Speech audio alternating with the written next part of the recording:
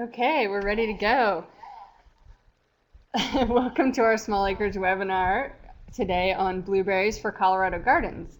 My name is Jennifer Cook. I'm the small acreage management coordinator for the Front Range in Colorado with CSU Extension and the Natural Resources Conservation Service. This webinar is being recorded and will be available on the small acreage management website probably by tomorrow. With me again is Joel Reich, who's the horticulturalist with CSU Extension in Boulder. And before I turn things over to him, I'd like to direct your attention to the bottom left-hand corner of your screen to the chat box. If you're new to webinars, this is a place where you can communicate with us.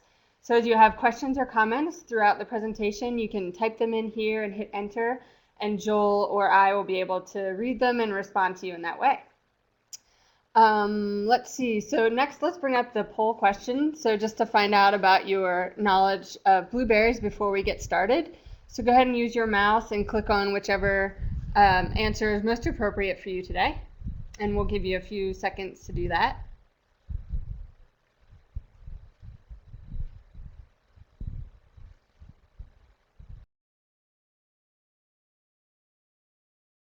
Okay, it looks like most of us either have no knowledge or some knowledge. So hopefully Joel will bring you up to the very knowledgeable status by the end of our presentation.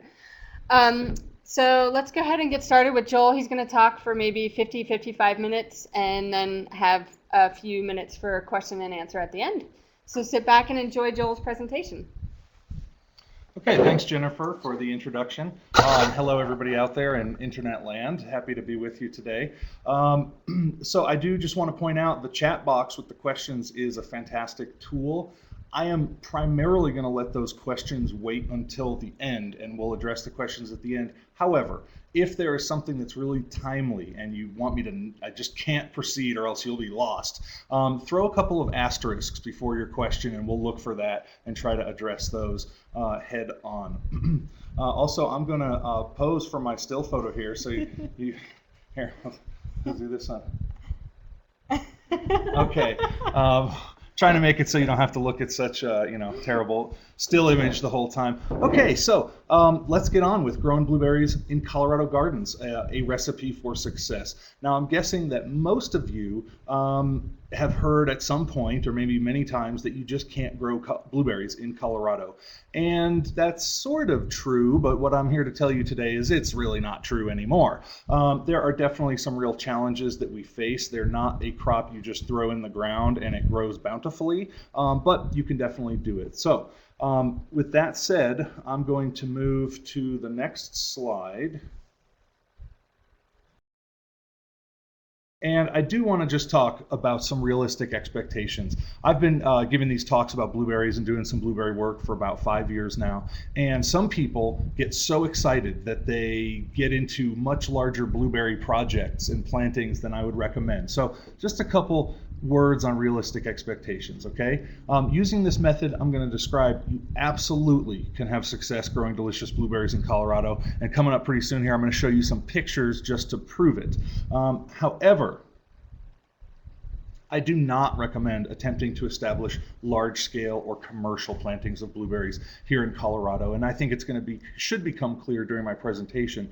But I just don't think it would be really financially very viable, and I think we have some challenges when we get to larger scale plantings. So with that out of the way, let's get to the fun part of how you can really do this.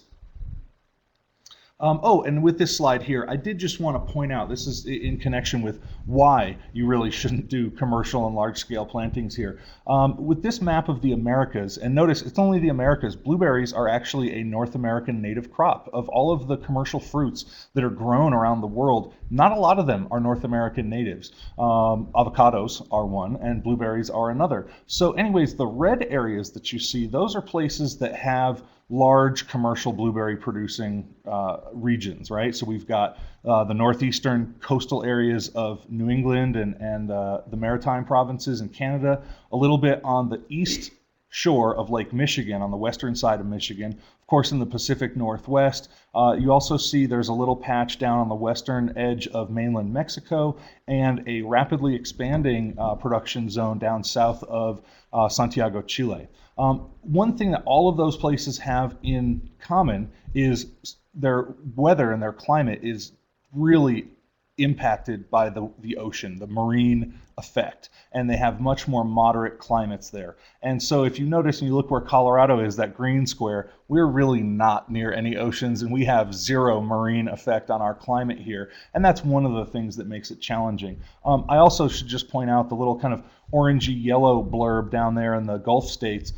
There is now a lot of commercial blueberry production down there of a different type of blueberries called rabbit eye. They're related to some native blueberries from down in that area, but guess what? They're not very good. They're kind of gritty and not nearly as sweet as the ones I'm going to show you how to grow. Okay, so basically there are two issues that really, without being addressed, will lead to failure. And I'm guessing that there's probably quite a few people on this video chat today who have bought blueberry plants, put them in the ground, and not had success. And it was due to one or both of these issues. The first are soil pH issues. As I think everybody knows, we have slightly to moderately alkaline soils here in most of our state. And a number of plants struggle with that to some degree because they'd like it a little more acidic. Blueberries are quite extreme in that sense. They like it very acidic. And an ideal soil pH for blueberries is going to be around 4.5 to 5.5. That's just a soil condition you're not going to find probably anywhere in Colorado. And there's not really any tools we have to adjust our soil pH here that far towards the acid side. So that's, first of all, a big issue we're going to deal with. The second issue is winter desiccation. And what I mean by that, desiccation is drying out, or when the moisture gets literally sucked out of the flower and vegetative buds during the winter. So an important thing to remember here, winter damage is a big deal, but it's not because of the cold. As you all know, we don't get extreme cold here like even some of those commercial blueberry places do, like Nova Scotia or Upper Michigan. It's the dry, the very low relative humidity that we have and the high winds that we get, especially in January, February, that will do the winter damage to your blueberry plants around here. So how do we overcome these two things? Well, as far as the soil pH issues, we completely replace the soil. We don't try to amend the soil. We just grow in Canadian sphagnum peat moss. It's very available, and it turns out that sphagnum peat moss has pretty much exactly the pH that those blueberry plants want. When it comes out of the ground and it gets shipped down here in those plastic bales, it has a pH of right around 5.0. And so it makes, pH-wise, a very good medium for the blueberries. Also, blueberries are known to really enjoy growing in a highly organic-based root medium. So the peat moss works very well on a couple of levels there. And then as far as protecting from that winter desiccation, we're going to need to provide some kind of protection, some kind of generally a wrapping or a covering that is going to, again, not keep the blueberries any warmer. The goal of any kind of protection we provide is going to be to slow down the wind, that dry wind, before it scours the moisture out of those dormant buds. Okay, like I said, I want to show you a couple pictures. I promise that's my hand. You could probably look real close and get a fingerprint match there, at least on my thumb. So these are Colorado-grown blueberries in Longmont, which is where my office is, and I've got some trial and demonstration gardens there. And I think you can see the size of the blueberries is good. Any of you who have tried growing blueberry plants before know that the first thing you notice is the foliage looks terrible. It gets all kinds of discolored, pale yellow, scalded areas. And so I did want to also just show you here that the foliage is doing really well, and that's completely a result of that peat moss growing medium, as well as some fertilizers, which I'll get into later as well. Just another picture here just to emphasize the good vegetative growth that you can have. And if you notice in this picture, kind of near the top right, you see peeking out of the ground there, that white and blue plastic. That is the bale of peat planted, and I just backfilled with all this mulch to make it look nice. But that's a little hint as far as what we're getting into here very soon for the method of success. Okay, so just a little bit of background on blueberries because I want you to understand a couple things about the types we grow. So, as I mentioned, these are North American natives. There are two species that are primarily involved in cultivation of blueberries. That's going to be the Vaccinium angustifolium. That's the low bush blueberry, often referred to as the wild blueberry. If you look at the map on the upper right, the black oval is roughly the area where those plants are native to. And then we've also got Vaccinium corymbosum, or the northern highbush. You can see the red oval on the map indicates roughly their native range. The northern highbush are the blueberries that you're most familiar with. Those are the ones generally that you're seeing in grocery stores. If you've ever been to a U-pick blueberry farm, almost certainly it was the Vaccinium corymbosum. So all those varieties with the very great flavor and especially the large size berries, those are all going to be your northern highbush corymbosum type blueberries. I do want to make you aware of a relatively new development in the world of blueberries, and that is what's called half-high blueberries. Those are literally hybrids between the lowbush and the northern highbush blueberries. Really the reason for this is the following. Turns out that those lowbush blueberries are quite difficult to propagate. You know, in horticulture, we've learned how to propagate just about any old plant we might want to grow, but these lowbush blueberries are quite a challenge. But a lot of people like the fruit, the flavor, and they've got that small size and definitely a kind of unique wild lowbush blueberry flavor. So breeders developed these half-highs that are, they've got the berry size and flavor and quality of the low bush, but they grow on a more upright bush that most importantly is easy to propagate. And so these are really flooding into the catalogs and garden centers these days, these half-high blueberries. A couple other important things about the half-highs is they are self-fertile. You may be familiar that most of the high bush blueberries, you really need to have 2 or more varieties in relatively close proximity to get the full potential yield. The half-high blueberries are self-fertile. Okay, I also just wanted to point out that as a crop, you will notice a lot of native pollinators on blueberry plants. Again, this is partly because being native plants, there were native pollinator species here that co-evolved with blueberries and their relatives to be particularly good at pollinating and extracting nectar from their kind of unusually shaped flowers. So if you're interested in native pollinators, really fun crop to grow. And I also want to mention that blueberries are a pretty close relative of rhododendrons and azaleas. So as I'm giving this talk today, if there's any of you out there who really miss being able to grow rhodies and azaleas, you can actually grow them pretty successfully here using pretty much the same method as I'm going to talk about for blueberries. They have all the same problems, the acid pH that they require and a bit of the winter protection. Okay. So here's some pictures on exactly how I've been going about this. So again, the peat bale is absolutely essential, and I don't actually unwrap them completely. I find that here, there is nothing in the surrounding soil for those blueberry plants except a quick death. And so leaving the plastic on and creating that barrier to root expansion outside of the bale is really not an issue. Even if the roots did make it out of the bag, they would find the surrounding soils really unhospitable, and they would turn around and just root themselves back into that peat. Secondly, we do live in a semi-arid climate where I think most of us try to be very responsible about the amount of water that we use for our horticultural endeavors. And keeping the bag on there is just another way to reduce moisture loss.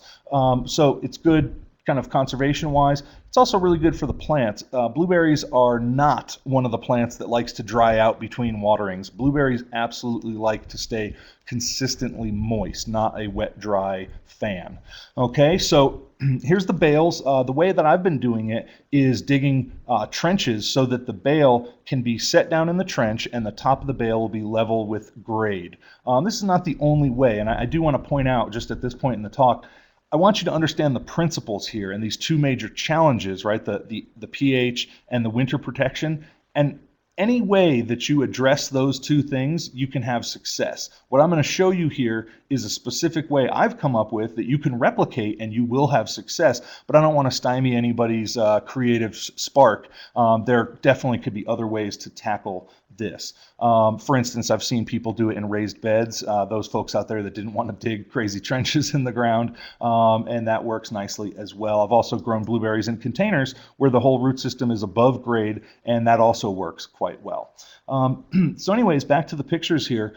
You see the bales. Before we lay them into those trenches there, we do poke 10 or a dozen holes in the bottom. Nothing real technical. A index finger works pretty well to poke those holes. And that's just so that once we are irrigating, we're not turning these into big bags of peat soup. So you'll also notice that I cut X's into that top layer of plastic there and then just peeled those flaps back, and we will use those flaps again, so don't cut them all the way off. And then, pretty important here, you can see that I've laid some 1/2-inch black polytube irrigation line across the top of these bales. One of the things, like I mentioned, blueberries got to stay routinely moist, but there's one thing about working with peat that you should understand.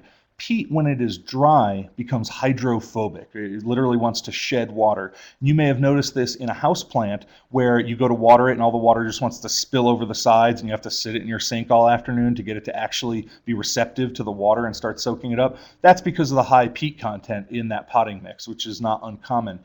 Same thing here. When these bales come from the store, they're typically not very moist, which is kind of nice because they're not so heavy that way. But you need to thoroughly moisten that bale of peat before you plant your plants into it. So typically I'll lay the bags out, I will lay out the irrigation, and then I will turn on the drip irrigation system for several hours at a low drip rate just to slowly soak those bales so that they're nice and fully moistened before planting. As far as the drip that I'm using, each of those bales, I should just back up, is the 3.8 cubic foot size peat moss bale. That's the most common size that you're going to find around at the Home Depots and other garden centers, etc.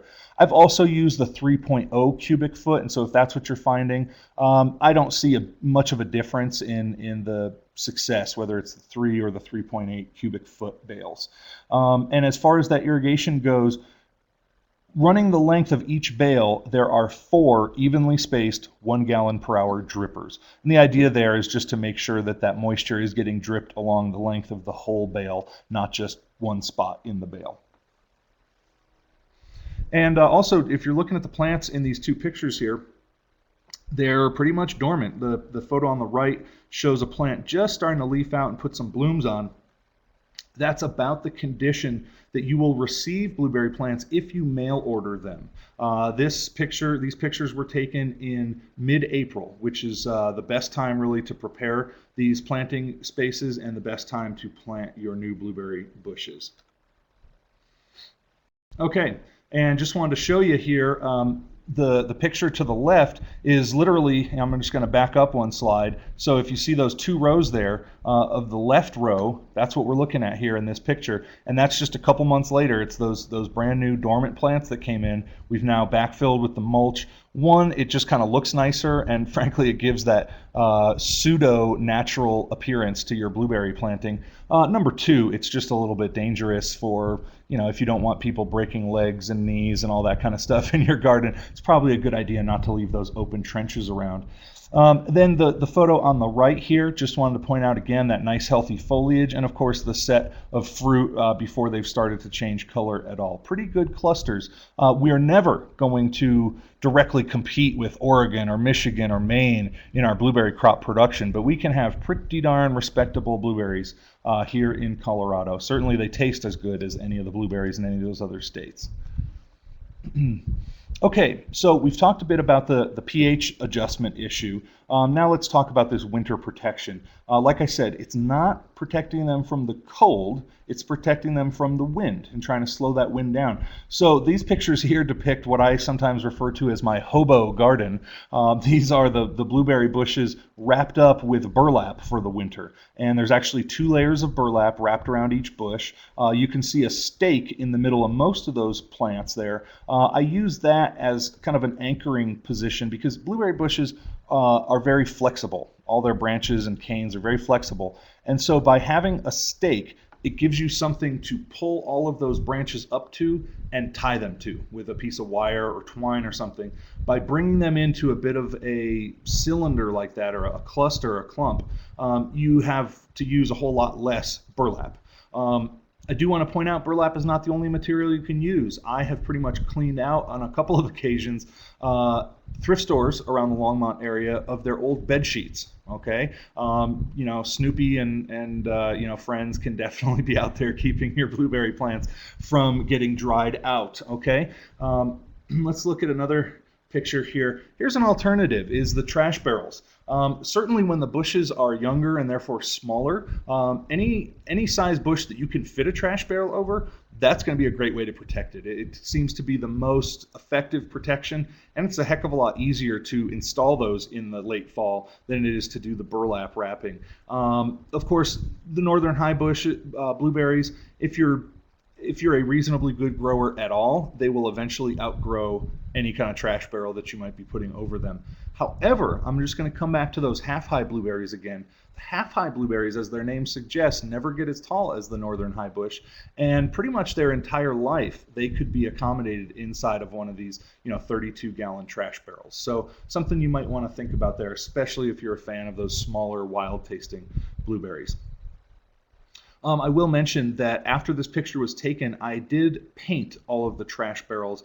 My thought was just that I didn't want the dark barrels heating up too much on those sunny winter afternoons that we have, and creating a little microclimate inside where the plant would come out of dormancy extra early in late winter. Frankly, I never saw that happen in several years of using the regular dark trash barrels, but my brain told me, hey, that's a potential risk, so I painted them white. I'd encourage you to do the same just to be safe. And of course, we've got paver stones on the top to weigh them down.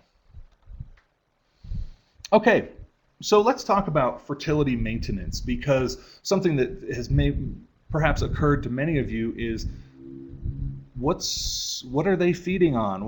What does that peat moss actually have for the blueberries? And it's true that there's not much in the way of nutrients in the peat moss bales themselves. So it's going to be pretty important to make sure you're delivering fertility on a routine basis. Okay, so really the easiest guideline I've come up with is that every year you should plan on applying a balanced fertilizer 3 times. You're going to do that in early May, early June, and early July. I realize we're all busy. Try to get it done. Those would be your ideal times. If it's late April, late May, and late June, it's not going to be the end of the world, okay? But shoot for the times that I've got listed there.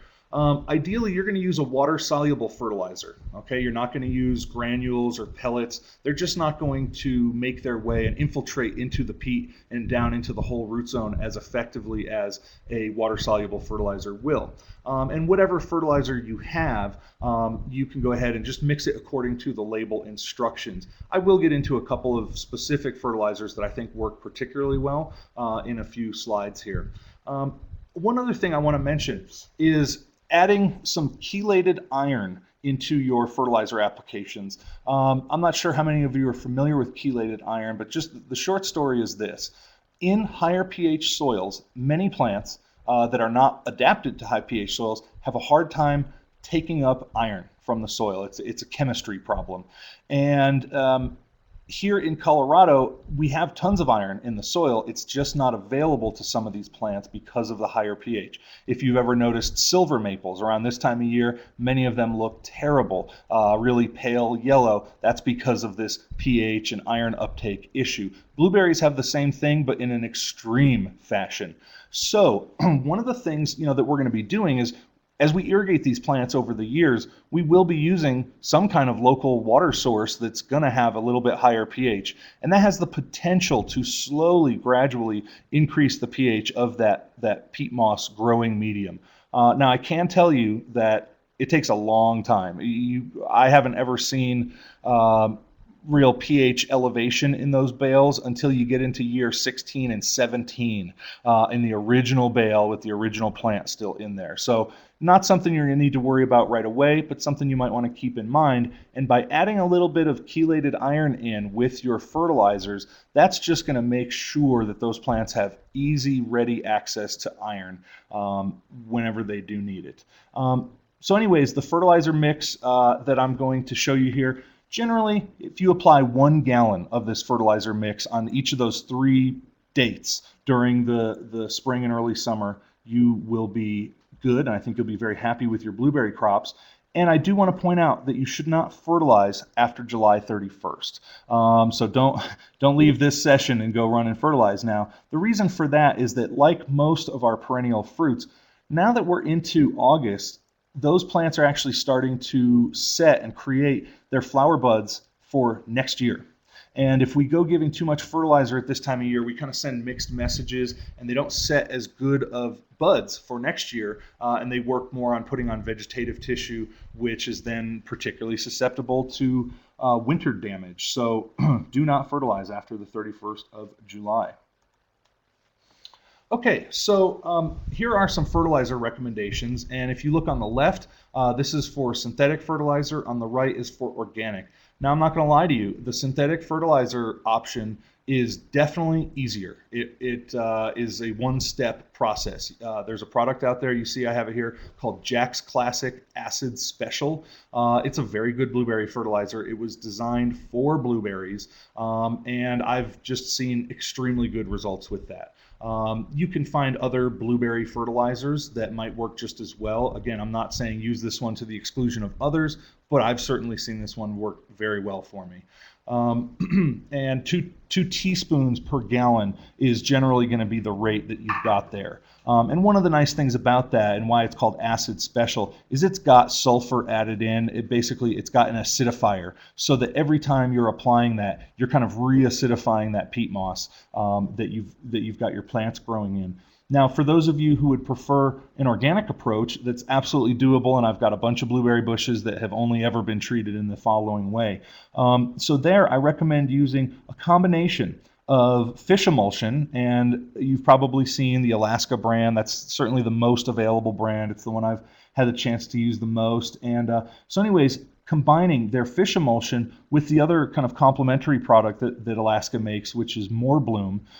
So 2 tablespoons of the fish emulsion with 1 tablespoon of the More Bloom per gallon. That's going to give you your fertilizer concentration and balance that you want to apply 3 times a season. But notice the last bullet point I've got there, distilled white vinegar until the pH value of the mixture is between 5.0 and 6. So if you think about it, let's say we're mixing up a 5-gallon jug or a 5-gallon bucket of this fertilizer slurry, which is going to smell great. I'll just point that out. Anyways, once you use your Colorado water, and it's going to have a pH somewhere close to 8, then you add these fertilizers, and that's going to drop the pH a little bit, but ideally we'd like to have a fertilizer that we're putting on that's in the 5 to 6 range, which is exactly what the blueberries want, and it's exactly what that Jack's Classic is going to provide. So in order to do that, the cheapest, easiest, and most organic way to do so is just adding white distilled vinegar. And so what I suggest is the first time you do this, fill up the 5-gallon bucket or the 1-gallon jug, mix your fertilizer in there, and then test the pH. And then start adding white distilled vinegar little bit by little bit. You know, if it's a 5-gallon bucket, you might want to try a half cup at a time, and then test the pH again. And basically make note of the recipe. How much vinegar did you have to add to, for instance, a 5-gallon bucket of this fertilizer mix to bring the pH down to 5.5 or so? And then just make a note, and you'll never have to mess around with the pH testing again. You'll just know exactly what it takes to acidify your fertilizer mix down to the desired level. Okay, another thing that I would like to point out here, and by the way, on the bottom left is a picture of the Jack's Classic Acid Special.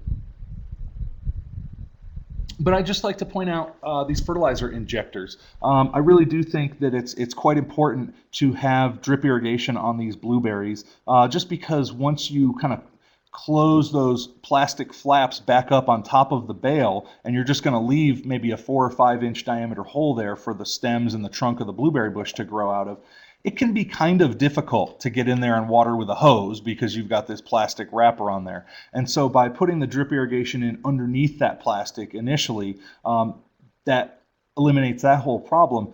But these fertilizer injectors are also really nice because now you can set these up in the beginning of the season and fill them up with your fertilizer of choice and just turn them on when the irrigation comes on at those 3 different times that you want to fertilize.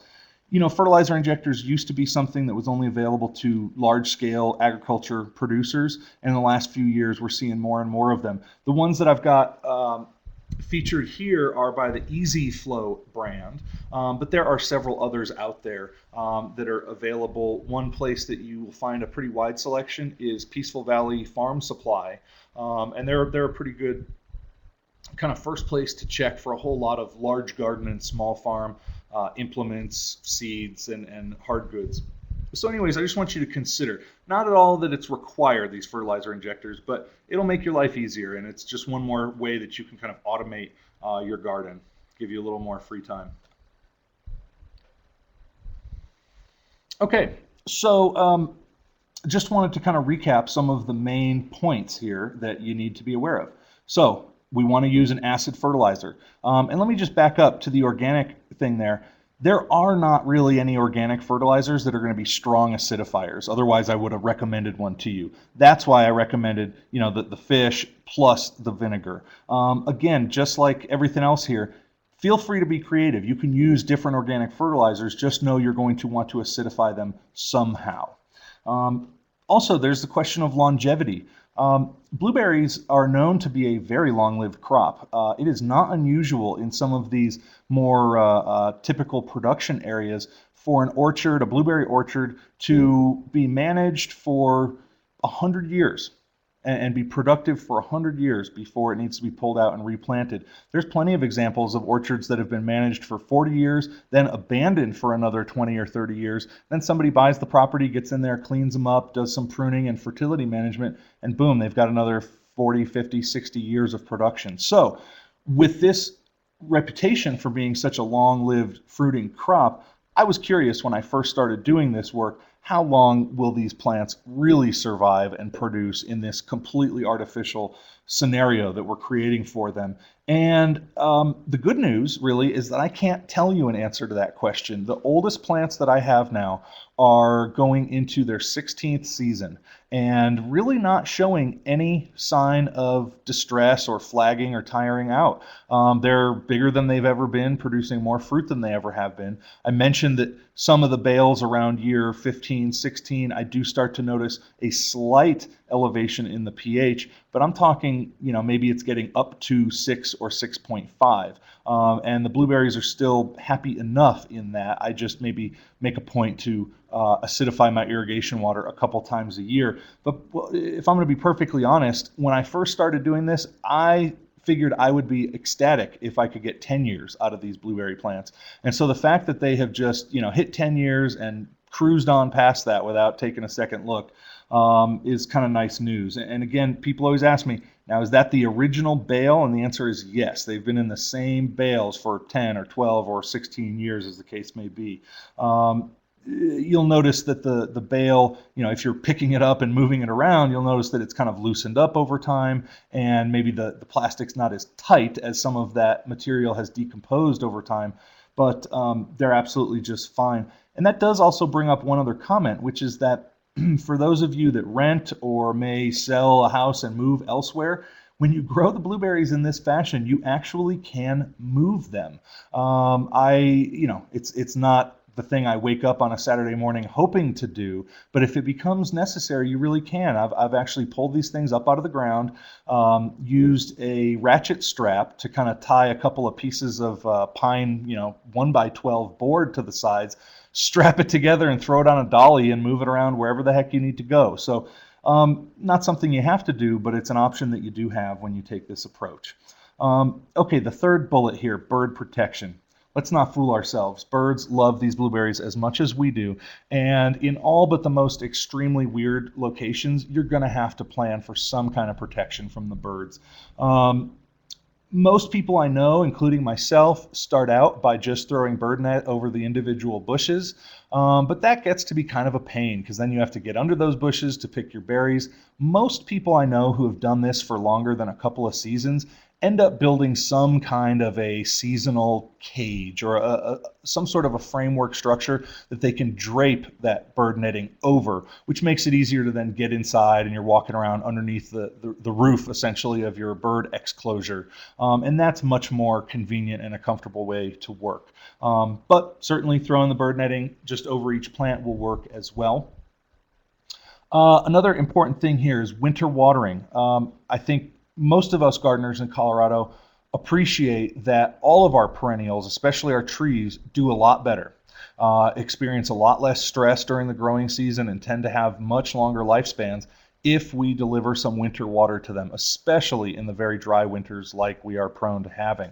And blueberries are no exception there. Maybe even they may be a bit more sensitive to that. So I would plan, this is not something that has to dominate your winter free time, but generally twice during the course of the winter, you want to go out there on days when the temperature is warmer than 50 degrees and the bales are not frozen, and pour in a good bit of water, typically about 1.5 gallons per 3.8 cubic foot bale is going to be enough. Do that twice during the winter and they should be fine, because of course the plants are dormant, they're not actively transpiring water, so they're not losing a whole lot. It's just what the dry atmosphere is wicking out of that peat. Okay, so I think we covered winter protection pretty well. There's lots of ways to do it, but basically you just need to slow the wind. I will point out, I know people who grow blueberries in containers, and they just move those containers into their basement window wells for the winter, because that window well is enough to protect them from the wind. Other people have really protected little corners. And remember, these plants are going to want full sun during the growing season, but in the winter, when they're dormant, they couldn't care less about how much sun they are or are not getting. So feel free to, put your plant on the dolly, or if you're growing in a container, find somebody with a strong back and have them move your containers over to a really nice protected spot. It doesn't require burlap wrapping or bed sheets or trash barrels. It requires a low wind location during the winter. So however you create that situation is up to you. Next item here, you need 2+ varieties. For anybody who's familiar at all with kind of chromosomes and a term called ploidy level, that's what this has to do with. One blueberry bush all by itself, one northern high bush blueberry, will create blueberries. And if you had 10 bushes, all of the same variety, they would produce blueberries, but you'd only be getting somewhere between 40 and maybe 60% of their potential yield. They really need to have another variety. Not a different species, but just a different named variety nearby. And when I say nearby, I'm talking within 10 or 15 feet, in the area where a pollinator that's going to visit one is most likely going to also visit the others. And that cross-pollination is going to lead to these plants actually reaching their full potential as far as the yield of fruit that they give you each year.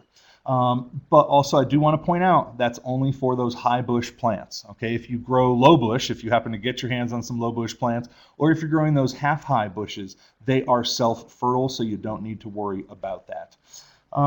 And then I do want to talk about the pruning here relatively briefly. And the good news is I can be brief because it's not really that challenging or technical, especially compared to a lot of other fruiting perennials. Blueberries, I generally encourage people to think of them the same way you would prune a lilac. They grow in a very similar way, right? They're throwing canes from a crown. So they're not generally branches off of one central trunk. They're throwing up all these canes from the crown of the plant. And for the first 5 or 6, maybe even 7 years that you have a blueberry plant, there's going to be very little to no pruning that you need to do. Of course, you may have a little bit of tip dieback in the wintertime. Go ahead and prune that stuff off. You might have one branch that just becomes incredibly vigorous and outpaces the rest of the bush. We call those things bull canes, and those generally are not good for the overall vigor and productivity of the plant, so you'll want to remove those. Of course, if something falls on your bush and you get a bunch of broken branches, you're going to prune those out. But as far as routine pruning in the first 6 to 7 years, it's just going to be for shape, taking off any dead tips and any of those bull canes that arise. Once you get to the 6 or 7 year period, that's when a number of the branches that were on the bush when you first got it or that grew in those first couple of years, they're going to start to get kind of old and tired out, a little bit geriatric by that point. And you're going to want in the wintertime, February would be the ideal time to do this, you're going to want to prune those branches out, or those canes, all the way to the ground or as close to the ground as you can get them. That in turn is going to prompt the plant to send up a bunch of replacement canes that following spring after you finish that pruning. And that's really how you're going to keep the plant in peak productive form for 100 years or so, is by taking off the old wood and allowing it to be replaced by newer wood. You're going to find that branches that are between 3 and 5 or 6 years old are going to be your most productive. Things to look for as far as identifying what when has a given cane become old enough and tired enough that you want to remove it. So certainly age is going to be one of the guides, and you can tell that primarily based on the thickness of the cane and also the development of the bark on that cane. But another thing you're going to look for is the new growth that comes out at the tips of those branches. Are the leaves nice and big and full? Are the vegetative stems that are growing, are they looking active and are they growing fast? If so, it's fine. What you will see in these older branches is the new leaves that come out tend to be smaller, sometimes as much as a half or a quarter the size of a regular full-size leaf. You'll also notice that the internode length, so the space on those twigs or branches between leaves, is going to get shorter and shorter. So short internodes, small leaves, and really tight branching, right? So lots of zigzagging in those branches is another indication that the branch is getting kind of tired out. And if you think about it, most of those very same criteria are what you would see on a lilac bush. So those of you who have experience pruning lilacs, kind of follow what you do there. Those of you who don't, well, now in this blueberry class, you've got a little bit of a lesson on how to prune your lilacs properly. Okay, so I know that everybody's going to be interested in some varieties. I'm always interested in that. And I want to point out that there are many, many dozens of varieties of northern highbush, half-high plants out there. Actually, I take that back. There's probably only about a dozen half-highs at this point, but many dozens of the northern highbush. And I suspect that there are many more varieties that will work here on the Front Range than what I've got listed. But what I have here are varieties that I have grown and that I've grown successfully, and I've seen all of these for 5 years now. And compared to a number of other varieties, these are the ones that are working the best as far as least winter kill, best reliability of fruit production, and overall weight of fruit production. So I've got asterisks, or I guess I've got double asterisks, next to the ones that I've had the absolute most success with, okay? And so of the northern highbush, the Blu-ray's up there because it's pretty reliable, and it also gets very, very big fruits. So for anybody who's interested in a very large blueberry that also still has good flavor, because it's not too hard to find giant blueberries, it's tougher to find giant ones that still have very good flavor, and Blu-ray does fit that description. Next is Elizabeth, developed in Elizabeth, New Jersey. Believe it or not, New Jersey's actually a pretty big blueberry state, not as much commercially as it used to be, but quite a lot of history there. Elizabeth is personally my favorite flavored blueberry that I have encountered, and most people that I do taste tests with would concur. So I think there's a place in everybody's blueberry patch for at least one Elizabeth bush. Also probably the most reliable producer of all the ones I've tried. Rika, the third variety there, also excellent, and that's going to be the earliest of those three varieties. Rika, pretty much of all the varieties I've tried, is the earliest fruiter as far as having ripe fruit, and in most years you're going to find that's in late June to early July. This year we've had a crazy summer and everything's pushed up a little bit early, but in a normal year, Rika, late June, early July is going to be your introduction to blueberries for the season, followed by Elizabeth and Blu-ray, and then any other varieties that you have. Blue Crop and Blue Gold are also pretty good varieties I have found. Now over on the half-high list, just want to point out Little Giant is the one that I've had for the longest and had really quite excellent success with, but I've had these other 4, which were all developed up in Minnesota. I've had them for a couple years now, and I'm pretty pleased with how they're doing. I do think in some of the trials that I've got, and this is all still kind of preliminary, but it appears to me that even without any kind of winter protection, the half-high bushes seem to have a little bit better bud hardiness than the northern high bush do. So, check back with me over time, and we'll see if that perception of mine continues. But I've got a pretty good hunch that those half-highs are going to be actually a nice set of varieties for us here on the Front Range.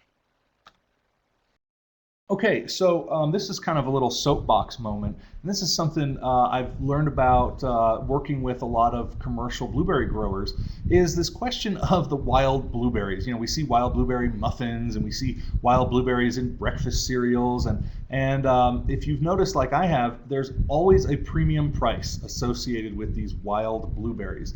And so I kind of just want to break down a little bit of misconception that frankly is being pumped out to us through marketing channels.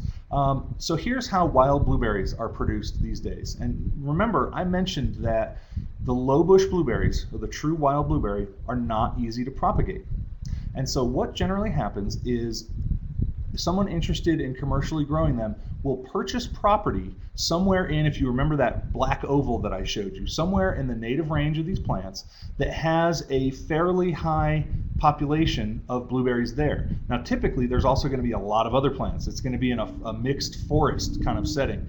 So what they'll do is they'll locate this property, of course, buy it, then they will kill every other piece of vegetation on the property and just eradicate everything except for the blueberries. So initially that leaves a very patchy spot, but they get in there, they put in irrigation, they start applying fertilizer, and they start mowing those existing blueberry bushes, which are pretty low anyways, and they mow them right to the ground, because that has been found to be the way to encourage these plants to send out a lot of stolons or runners to create new plants, or actually they're just extensions of that original plant, so they get them to colonize over a couple of seasons the entire field area, like you see in this picture that I've got in this slide. And so once that whole process has been completed, you now have a many acre monoculture of quote-unquote wild blueberries that are being irrigated, they're being fertilized, they're having insecticides and fungicides sprayed to manage pests and diseases, and they're being harvested with commercial crops of generally migrant laborers. So just I feel like those high bush blueberry growers that I know, especially on the West Coast, feel like it's a little bit of an injustice that they can't get that same high price, and that there's a little bit of trickery maybe going on in the marketplace. So I just wanted to share that with all of you folks. Don't get me wrong, I love those wild blueberries. They do taste great, but I think you'll see the half highs do a very nice job of delivering that same quality of fruit. Now this picture here, and this is me now being a downer. I've just exhorted you to try having success growing blueberries using peat moss. I do just want to just make a realistic comment here about the sustainability of peat moss as a resource. Okay, there are vast tracts of peat bogs around the north, cold temperate parts of our globe. However, just because they are vast does not mean they are endless. And horticulture is not the only thing people use peat moss for. There's actually a lot of parts of that northern part of the planet where peat moss is the primary heating fuel. Also, you cannot make really fine scotch without using peat moss. It's one of the things that they filter it through. So, of course, I don't want to deprive anybody of fine scotch either. We need blueberries and scotch.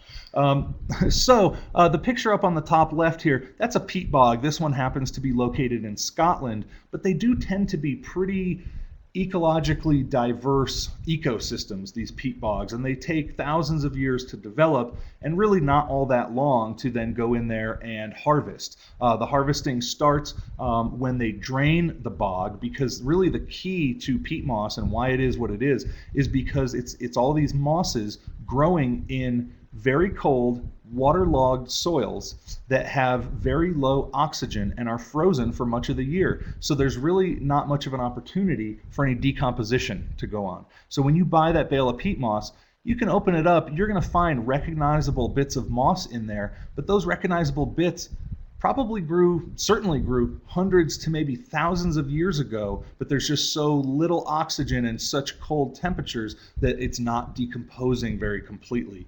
And that leads to a great product for us. So I do just want to point out, yes, I think it's appropriate to use some peat to grow a few blueberry bushes. This is one of the reasons why I said at the beginning, I don't recommend that people get into large scale or commercial plantings here in Colorado. One, I think you might make yourself broke buying all of the peat and putting in all of the extra labor to grow blueberries here compared to competitors in places with soils and climates that are a little bit more favorable. But also it just would require so much peat here that I think it does start getting to that point where it becomes questionable as far as a sustainability practice. So anyways, just a couple pictures there to inform you a little bit about the production of peat moss. I will point out one other thing though. When I started getting concerned about this, or started trying to be responsible about the message I was sending about peat moss, I contacted the Canadian Sphagnum Peat Producers Association and explained to them that I was interested in sustainability of peat. And I was really pleased to hear that they are very tuned in to this idea. And they had a whole bunch of materials they shared with me about practices that they have in place. And so, this is not a truly renewable resource, but I do think they're actually doing a pretty good job of managing it. But I just want to make you aware so you can be informed consumers. Now, one other thing that I have started doing some trials on, and I've only had one winter behind me in these trials now, so absolutely kind of a work in progress here. But one of the questions is there a easier way to apply the winter desiccation protection to these plants, easier than trash barrels or burlap or something like that? And basically, I started looking for spray-on materials that might be applicable. And what I found is there's a group of products out there called anti-transpirants or anti-desiccants. And where you may have encountered these is they are used commonly on Christmas trees and wreaths. Because think about it, you're cutting those trees down, you're cutting those branches off of trees to make wreaths, but you're then expecting them to stay nice and green in your warm, dry house during the winter months. They're going to dry out very quickly and drop all those needles and make a mess if you don't do something to help them retain their moisture. And so that's where these products come from. You spray them on. Typically, there's some kind of a resin or an oil. The one that I've got in the picture here, wilt proof, it is organically approved, I should point out, and it's a pine tree resin extract is what the manufacturers tell me. So anyways, I have started using these in the winter to see if I can make one or perhaps two applications and save myself the labor of wrapping or covering the bushes. In particular, I think this would be really essential if somebody did want to have a kind of somewhat larger scale planting here in Colorado. So I had some pretty good initial success with this material this last winter. I made the first application in the first week of December, and some of the plants then got a second application in the first week of January. And it does look like that second application made a good impact on the survivability of the flower buds during the course of the winter. I'll also just mention that a number of our fruit trees around here where we have kind of spotty success from year to year, such as peaches, I have noticed that many times the problem with a peach crop is that we get a frost during bloom period. And of course there's, there are some ways to avoid that, but not many. But what I've found is a lot of peach buds actually die because of desiccation during the winter before they even get a chance to bloom. Same thing for nectarines, some plums, just a lot of those stone fruits. And so I actually applied some of this wilt proof to some of those other trees this last winter and feel like had some pretty good improved results there. So I think I know there's a lot more work for me and others to do evaluating these products, but I think they may become a staple in our Colorado gardeners' kind of toolbox. Okay, and just a couple of last thoughts for you before I wrap up and take some questions from you.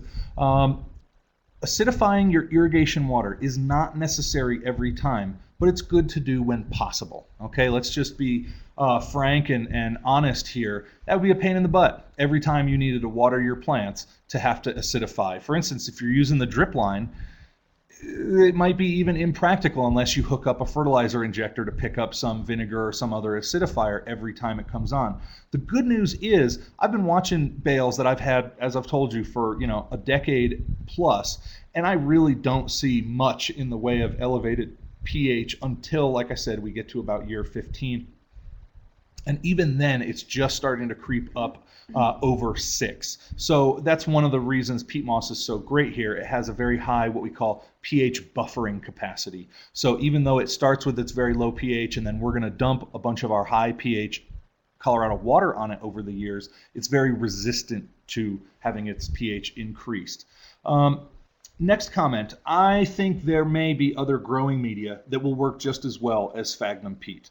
Currently, I've been using just exclusively sphagnum peat because I found a long time ago that works. And I've been interested in really evaluating other things like winter protection, like comparing varieties, that kind of stuff. But I absolutely think, when I have time and money, I would like to look at some other growing media. I think that there's some real potential for possibly spent coffee grounds. I also think that finely ground beetle kill pine, we've got a lot of beetle kill pine in our state right now. I think that kind of sawdust made from those beetle kill pines would actually, I have a hunch, would turn out to be a pretty good medium. I think either of those that I mentioned there mixed with peat moss would also work probably pretty well. And that would just be one way to cut the amount of peat moss we're all using for these blueberries. So anyway, some things to think about. Certainly if any of you out there feel like experimenting, or if you've got access to things like a lot of spent coffee grounds and or wood shavings, go ahead, try this. I would certainly appreciate it if you wanted to try this kind of thing and get in touch with me and let me know how it's working, because that kind of early feedback could really help me shape the research trials that I do in the future.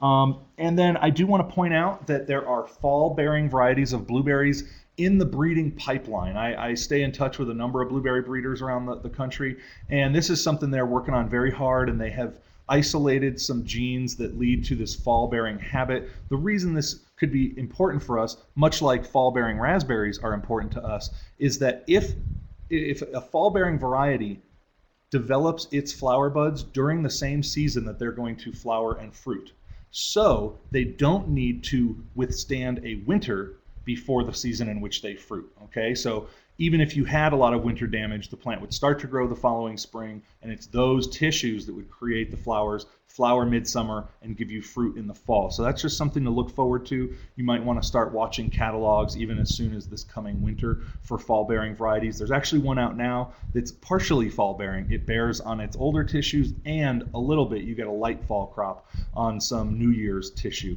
And then just for a little bit of fun, there is a variety out there now. I have not grown it yet, but it's called Pink Lemonade. It was released by the USDA service, and it is a pink blueberry. It doesn't really taste any different. It's just a pigmentation change, but for the novelty factor, they do look pretty cool and pretty ornamental. So I just wanted to point that out. And then the last thing I'm going to blurb at you before I start letting you blurb at me is I want to let you know about an event that I'm putting on in February of 2013. I'm calling it the Front Range Fruit Growing Symposium, and this slide is actually a little out of date. It's now grown to be a 2-day event. It's going to be February 23rd and 24th. That's a Saturday and a Sunday. It's going to be in Boulder County somewhere. I'm waiting to settle on a venue until I know exactly how many people are coming. But I just want to tell you, we've got a bunch of great university experts coming from CSU to talk about fruits. But, and I think this is very important, we've also got a bunch of commercial producers. Yes, we actually do have some commercial fruit producers here on the Front Range. And so I've got a selection of that relatively small group also coming to talk to you about how they're actually making a go of it and how you can be successful growing these fruits. I'm going to give a couple of talks, and also featured is going to be a grafting workshop, and we're going to have a community scionwood exchange. And I forget the name of the fellow who was on the webinar last week who suggested that, but I just do want to give you a shout out if you're there. I did take your suggestion. I think it's a great idea. Basically, you'll be able to learn how to graft at this workshop, and then we're going to have, when I say scion, those are the pieces of of wood that you cut off of a mature tree to then make a graft with and create a new tree of that variety. So we'll have everybody who's got access to fruit trees bring in a bunch of scions with the variety labeled, and then we'll be able to just swap and trade, actually make some grafted trees that day at the workshop that you can then put into your landscape or small farm. So anyways, with that, I want to thank you, and we've got 4 minutes before 1. I'm happy to stay here a little bit after 1, and I think Jennifer's got a couple comments for you before I start taking questions. Okay, thanks, Joel. I guess right before we do questions, since some of you are probably going to be logging off, can we do our poll question? So after Joel's presentation, how much did you learn? So go ahead and take a minute to do that, and then we'll start doing some questions. So glad to see these results coming in, because they were going to fire me if I didn't get really good results on this. So wow, thanks everybody.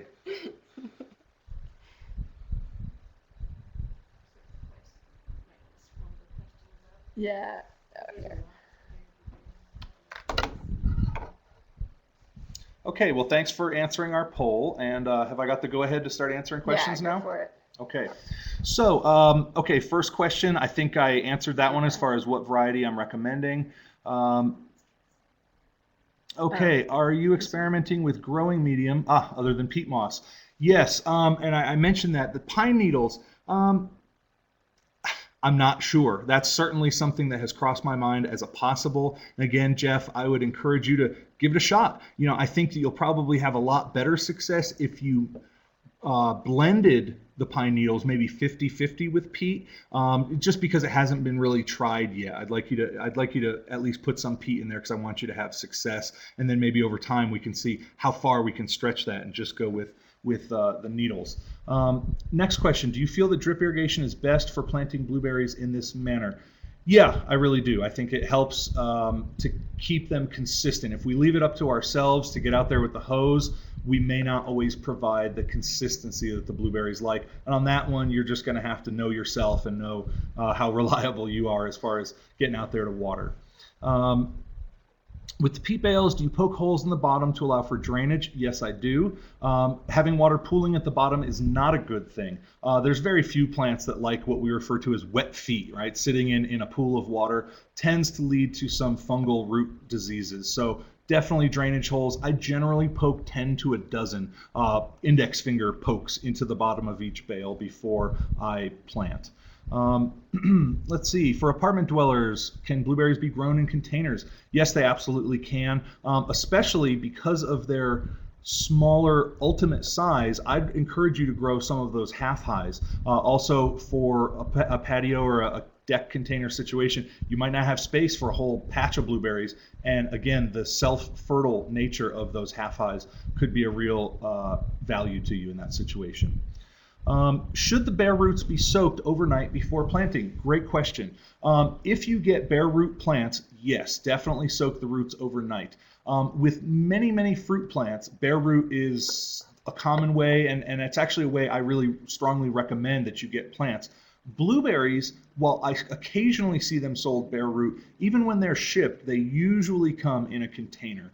4-inch, 1 gallon. You can even sometimes buy 3 or 4 gallon size blueberry bushes, but they'll come potted into a primarily peat moss mix. But even those, it's good to give it a really good watering, say the night before you're going to plant, to make sure that plant has full hydration status, because of course transplanting is always going to be a little bit of a stressful experience, and the more hydration the plant has, the better it's going to be able to withstand the stresses. Next question is, I made large tomato cages with concrete metal mesh. Could I use these with burlap wrapped around them? I'm so glad this question came up. Not only can you use them, and you could certainly wrap burlap or something else around them, if they are big enough to fit around your blueberry bushes, which with a little bit of manhandling, I'm sure you can get your blueberry bushes in there. You could also just fill those cages up with, say, fallen leaves in the fall. Just any material that's going to kind of insulate and pack in there and slow down the wind. So yes, go ahead and cover them with burlap, or fill them up with leaves or some other kind of debris. Next question, can Miracle-Gro be used as a fertilizer for these blueberries? The answer is absolutely yes, it can. If you're going to go with Miracle-Gro, I would encourage you to use what they used to call Miracid, and which recently has been changed to Miracle-Gro for acid-loving plants and shrubs, which is, of course, just a catchier name, so I can understand why they switched to that, right? But anyways, yeah, that Miracle-Gro works very well. Can you elaborate more on the differences between water-soluble versus other fertilizers? This was also stressed in the raspberry class, and I know almost nothing about the differences.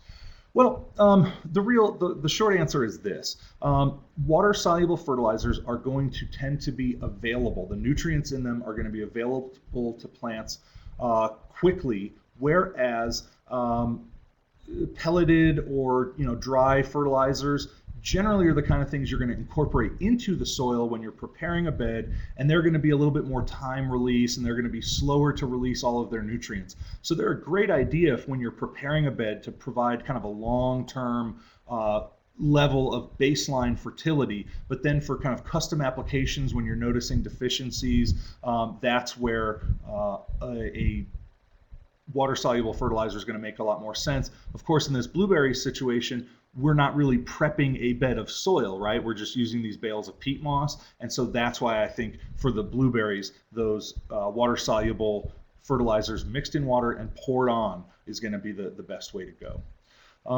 The question was about, will Jack's acid fertilizer work on hydrangea as well? I have not tried it, but yes, I expect that it would. Sorry, I just don't have any experience with that. So next question, I said I used a balanced fertilizer. Please explain how a 1766-511 or the last you listed of 01010 is balanced. Fair question. So for the organic approach where you use the 511 in conjunction with the 01010, by combining them at the rates that I suggested there, you are creating a fertilizer that is going to have a nutrient ratio of about 5-5-5. So of course the definition of a balanced fertilizer is that it's got the same percentage value for each of those three, the N, P, and K, or nitrogen, phosphorus, and potassium values. So that's the explanation for the organic side.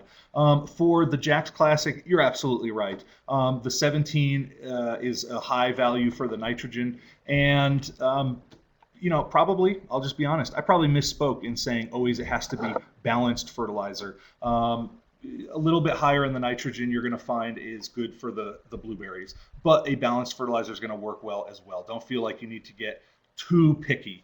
These are just a couple of fertilizer approaches that I recommended there that I know you will have success with.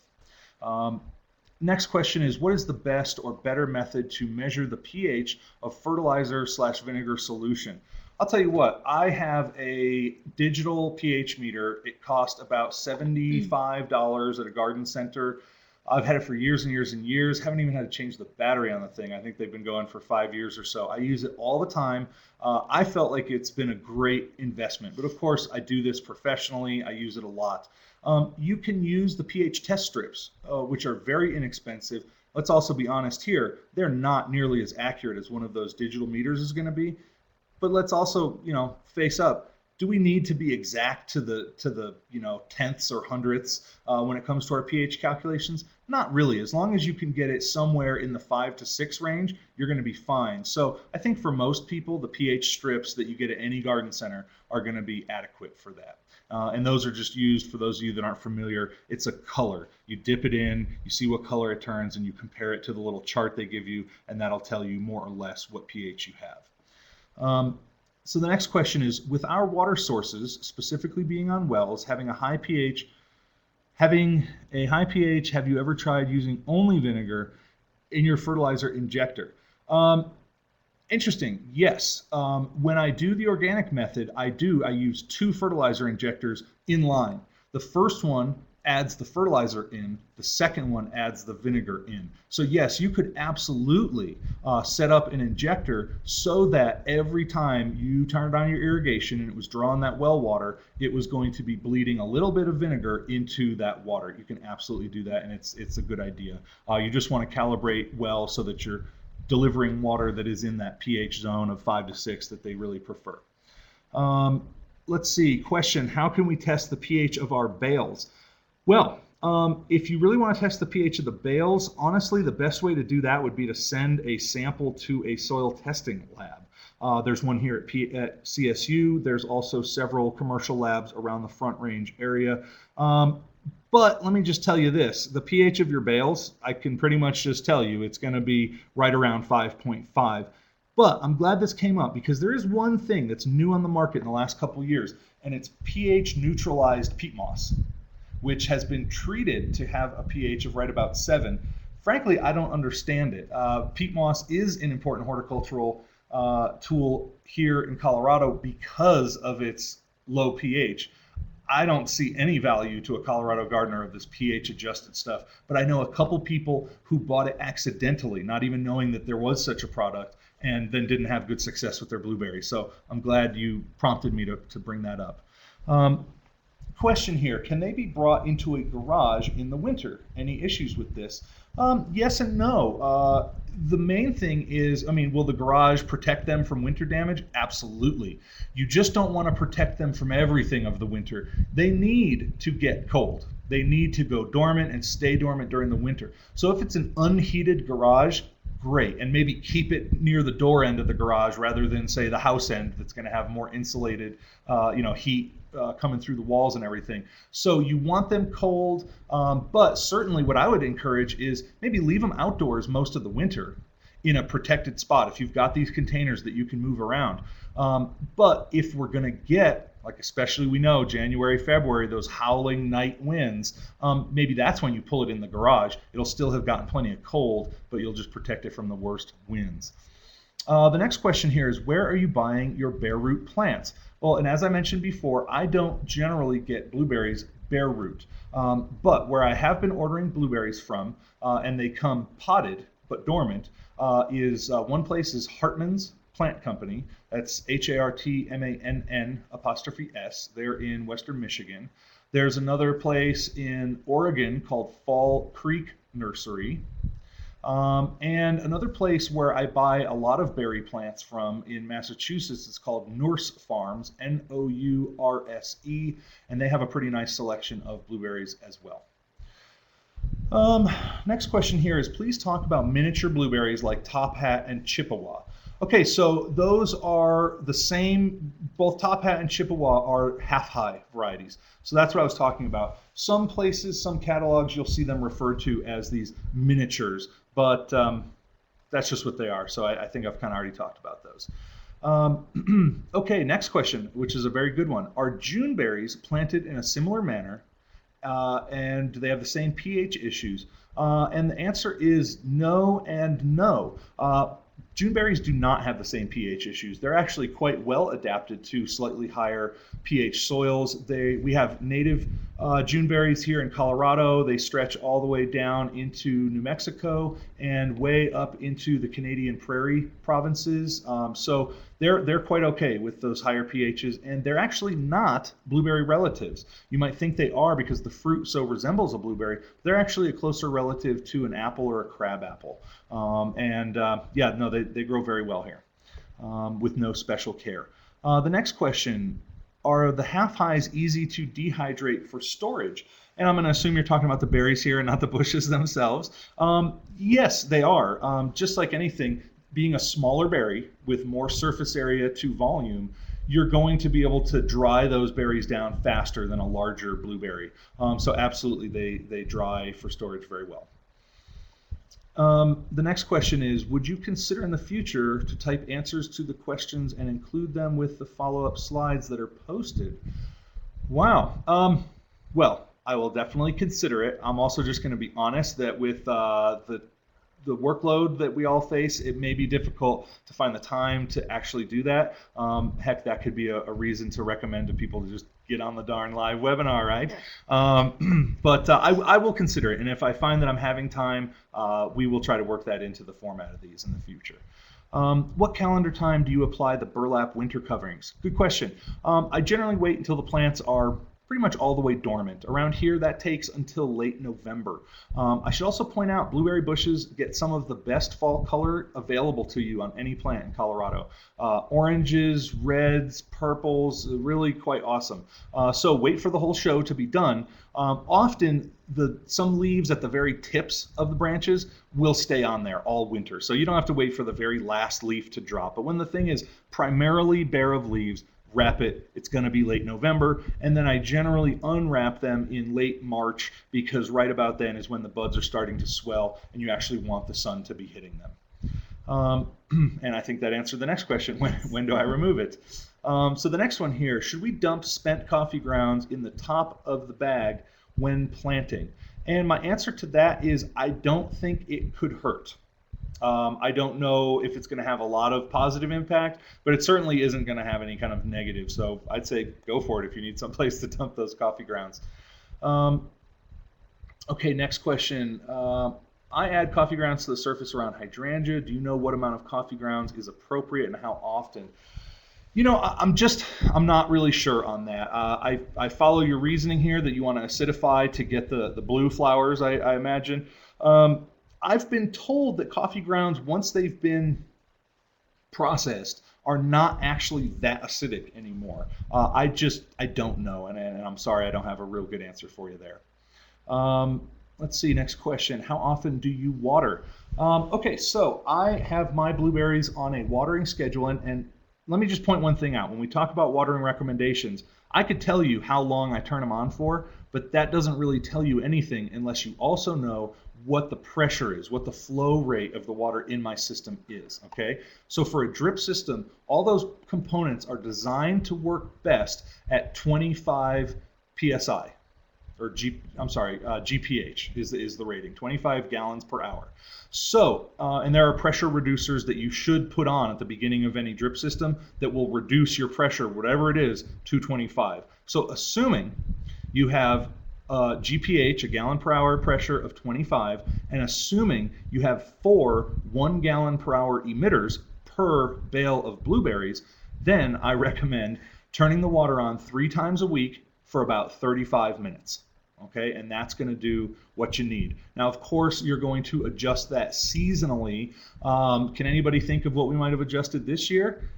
Oh, I hear all of you screaming from your computers there. Yes, it was so hot, Joel, this summer. I turned the water up a bit. So you might do something like keeping it at 3 days, but cranking it up to 30 or 35 minutes.